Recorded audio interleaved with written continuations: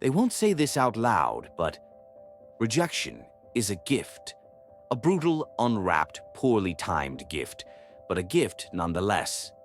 It doesn't feel that way when you're staring at a message that reads, "We've decided to move forward with another candidate."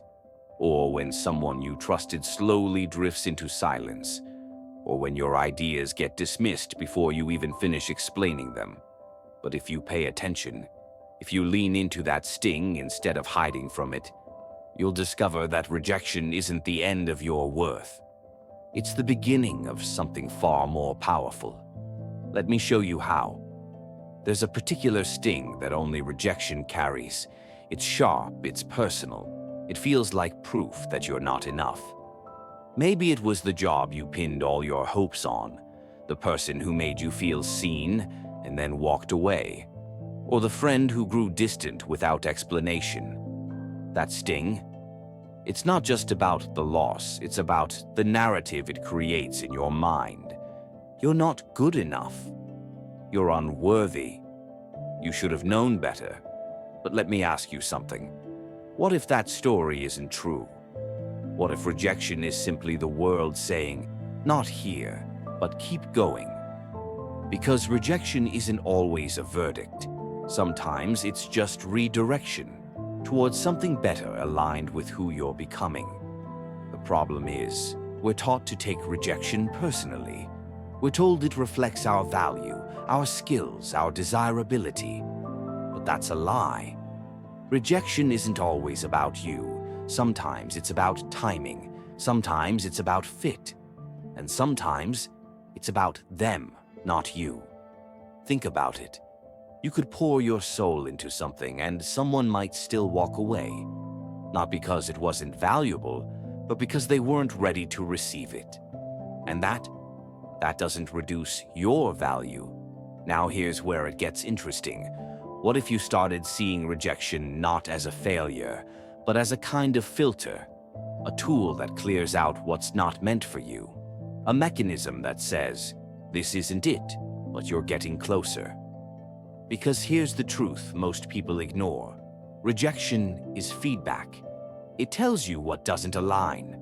It tells you where you need to sharpen, adjust, or pivot. It refines you. And those who learn to listen to rejection without letting it crush them, they grow faster, they get sharper, they become undeniable. So the next time you face rejection, pause. Feel the sting, yes, but don't run from it. Sit with it, study it. Ask yourself, what can I learn here? What's this trying to teach me? What door might this be closing so that another one can open? Because when you shift from "why me" to "what now," you stop spiraling and you start rising. Consider J.K. Rowling, rejected by 12 publishers. She could have taken that as proof her story wasn't worth telling. Instead, she kept going. The result? A global phenomenon that redefined modern literature.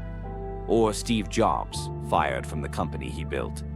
But that rejection, it led him to create Next and Pixar, which eventually brought him back to Apple stronger than ever. These weren't lucky breaks. They were forged in the fires of rejection, the kind most people run from. But the brave, they walk through it. Now think about your own life. What have you been rejected from that still haunts you? A relationship? An opportunity? A version of life you thought was meant for you? Maybe that door closed for a reason. Maybe that silence saved you from settling. Maybe that no was life whispering, "Not yet." And maybe, just maybe, your future self is silently thanking that rejection for creating the space for something better.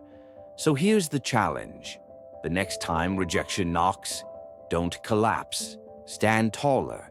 Use it as a signal, a sharpening tool, a signpost that you're still in motion.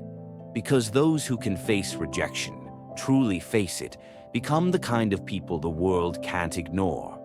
Not because they were never knocked down, but because they got back up again and again and turned every no into fuel.